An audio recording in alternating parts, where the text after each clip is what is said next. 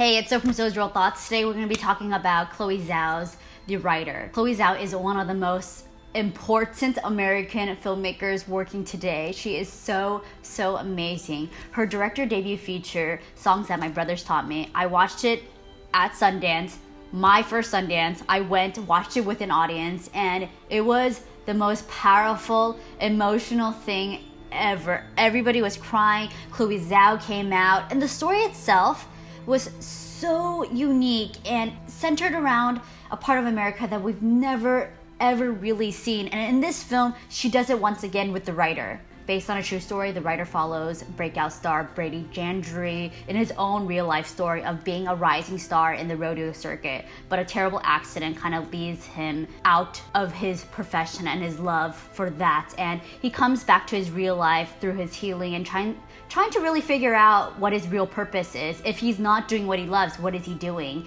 And just trying to figure out what it really means to be a man in the heartland of America, especially when that is so tied to your identity. And even though I don't know too much about the Western genre, I feel like this film is an honest and realistic portrayal of these people in this time and place, especially because it corners in a particular part of America that we may have not known about outside of that world. And it really brings you into these people, these characters, what they do, how they live, and it's really just beautiful how organic everything is. The film talks about rodeo life, masculinity, dreams, all in this space, and everything just feels so organic. And I think that's what I love about Chloe Zhao, is her approach to filmmaking, especially in this film, because this is a true story, might I add. She started shooting only 3 months after his head injury, and so you can kind of see his emotions as well as his healing process and what he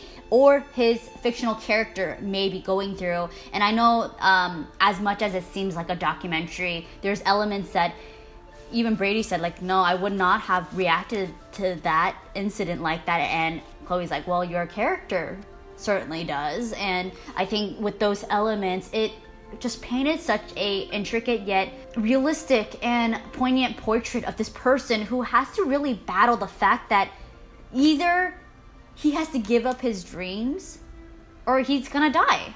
And those are the only two decisions and options, which completely fucking suck in this scenario. But I think that's what makes it so compelling, because he's battling so much with himself. It is about identity, just letting go of this cowboy rodeo image and being in that world, as well as being a rising star. Like, you're at the top of your game and then you completely fall off, and then what, you're gonna have to work at the supermarket? That's crushing.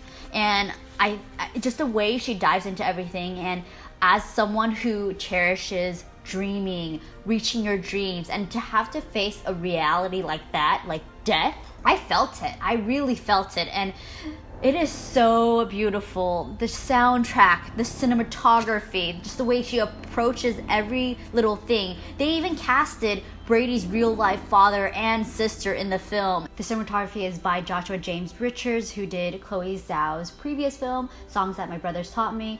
It is so beautiful. You have to see it on the big screen just to really take it all in. It's very Terrence Malick-y, Badlands, everything. It's so encompassing, especially because you see America in its like fullest, and it's so beautiful because as a city gal, I don't think I've seen America like that, on that kind of vastness. There's certain scenes that are so beautiful. He's just like riding through against the sunset, and it's just images like that are just ingrained in your system, in your head. What I like about Chloe Zhao's films the most is the cinematography, for one, especially because it's so immersive, it's so personal and intimate. It's really just in their own space. There's not much to it. It feels so realistic, and these people are so genuine, and you come into their world and you get to see their trailers to where they live and how they interact with people, and especially in the rodeo space, how people interact, and those things you can't fake. And so that is something I really appreciate. I cannot recommend this film enough. Chloe Zhao is just sheer perfection.